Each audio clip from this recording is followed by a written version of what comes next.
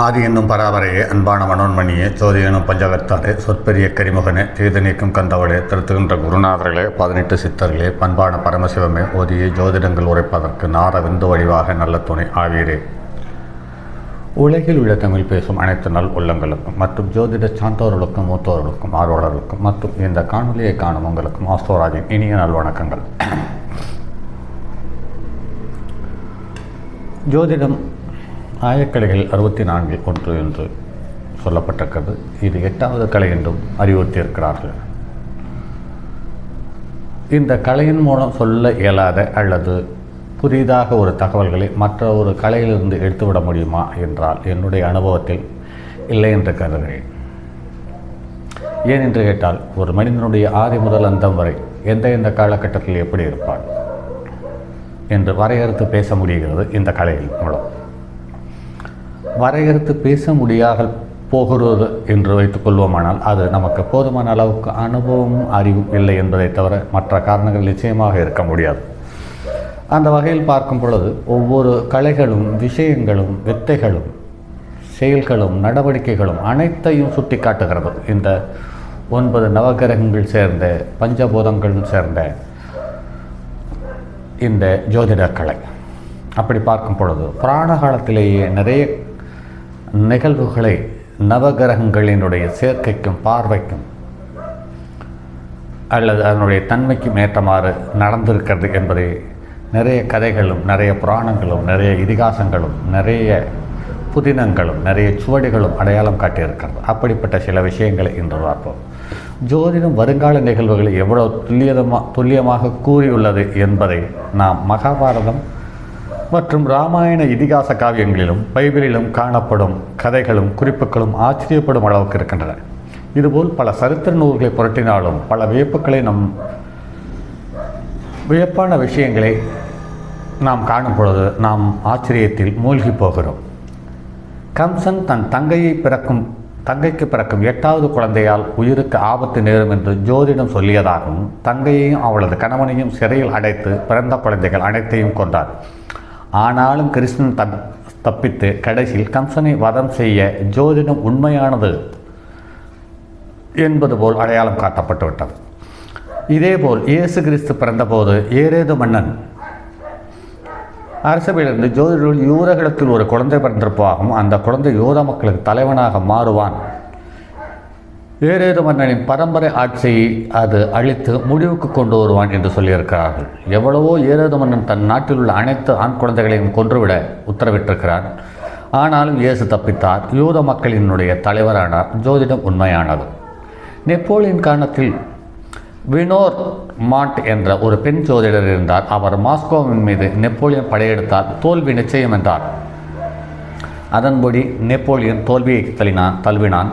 தனது நண்பர்களாலேயே Julius Caesar கொல்லப்படுவார் என சீசரின் அரண்மனை ஜோதிடர் எச்சரித்தார். அதையும் தடுக்க முடியவில்லை. அப்படியே நடந்தது. இப்படி பல நிகழ்வுகளை நாம் அறியும் போது ஜோதிடத்தின் பெருமை நமக்கு ஆச்சரியத்தையும் அதிசயமாகவும் நாம் உணர முடிகிறது.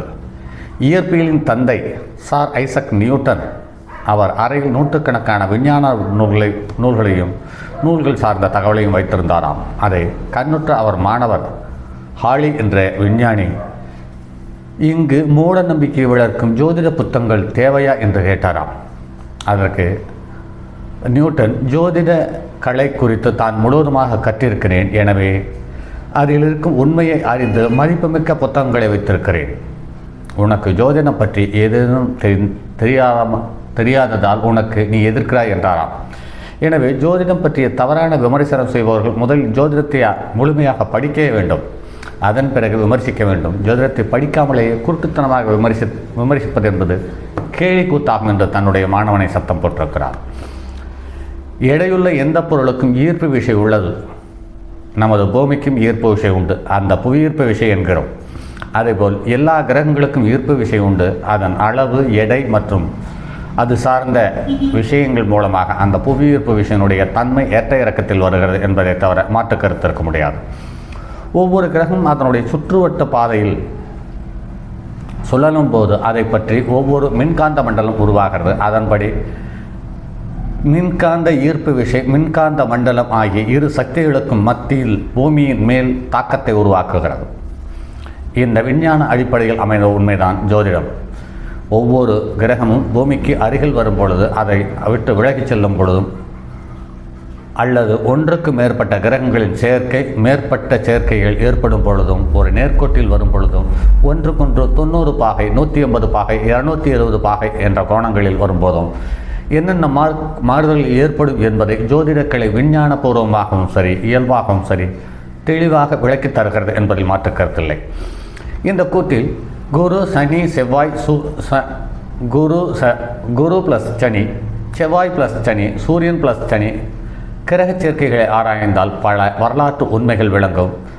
இந்த ஆராய்ச்சியினுடைய பாகை அளவு மிக முக்கியம். இந்த இரு கிரகங்களுக்கு இடையே உள்ள நெருக்கத்தால் பூமியில் பல மாற்றங்கள் உருவாகி வந்து கொண்டே இருக்கிறது. பொறுமையாக நிறைய ஆராய வேண்டிய ஒரு கலை, தவத்திற்கு நிகரான மனோபக்கம் வேண்டும். இதற்கு ஒரு உண்மை ஜோதிடனின் கவனமும் உழைப்பும் எந்த அளவுக்கு இருக்கிறதோ அந்த அளவுக்கு பலனில் கூர்மையும் உயர்வும் இருக்கும் என்பதில் மாற்று கருத்திருக்க முடியாது. இது ஏதோ வருமானத்திற்காகவோ புகழுக்காகவோ உருவாக்கப்பட்ட ஒரு கலை அல்ல என்பதை உணர்ந்து தேடலிலும் ஆராய்வதிலும் நம் எண்ணங்களை செலுத்துவோமானால் நமக்கு ஒரு ஆகச்சிறந்த புதிய தகவல்களை தரும் என்பதில் மாற்று கருத்திருக்க முடியாது. ஆக ஜோதிடம் என்பது ஒரு அற்புதமான கலை என்பதில் மாற்று கருத்தில்லை. இப்படிப்பட்ட ஒரு சில தகவல்களை வரும் காணொளிகளில் தொடர்ந்து பார்ப்போம். ஜோதிடம் என்றால் அறிவியலா, அறிவியல் என்றால் ஜோதிடமா, இதற்கு ஒன்றுக்கொன்று தொடர்பு இருக்கிறதா என்பது போன்ற கேள்விகள் நிறைய இருக்கிறது. அந்த அறிவியலையும் தெளிவாக ஒருவன் உணரக்கூடிய தன்மை இருக்கும் பட்சத்தில் அவன் காலப்போக்கில் ஜோதிடத்தை தவிர அறிவியல் என்பது புதிதாக ஒன்று இல்லை என்பதை தெளிவாக உணரக்கூடிய தன்மை உள்ளவனாக இருப்பான். எடுத்துக்காட்டாக ஒரு புதன் என்ற ஒரு கிரகம், காலபுருஷனுக்கு 3-6க்குரிய இந்த கிரகம் வக்கரம் பெற்றோ அல்லது அதிக பாகை பெற்றோ இருக்கும் பட்சத்தில் அந்த மனிதன் தேடிக்கொண்டே இருப்பான். புது விஷயங்களையும் புது தகவல்களையும் தேடிக்கொண்டே இருப்பான். அந்த தகவலும் விஷயமும் ஒன்றுக்கொன்று எந்த விதத்தில் தொடர்பு இருக்கிறது என்பதை ஊன்றி கவனிப்பான். அதில் புலப்படும் தகவல்கள் புது விஷயங்களை அடையாளம் காட்டக்கூடிய தன்மையுள்ளதாக இருக்கும் என்பதில் மாற்று கருத்தில்லை. சரி நண்பர்களே, மற்றும் அடுத்ததொரு பதிவில் சந்திப்போம். அதுவரை உங்களிடமிருந்து விடைபெறுவது உங்கள் அன்பு நண்பன் எம் ராஜரத்தினம். என்னுடைய அலைபேசி எண் 978897299999 மற்றும் ஒரு எண் 9791399649. தங்கமான் மடுவோடேந்தி தன்மதி தலையில் கொண்டோன் மங்கையர் பறிக்கச் சொன்ன மாமொழி ஜோதிடத்தை இங்கு யாம் உரைப்பதற்கோர் இமை என்னும் பிழை வராமல் காக்க செங்கன் மால் மருகன் யானைச்சரன் பதம் காப்பதாமே.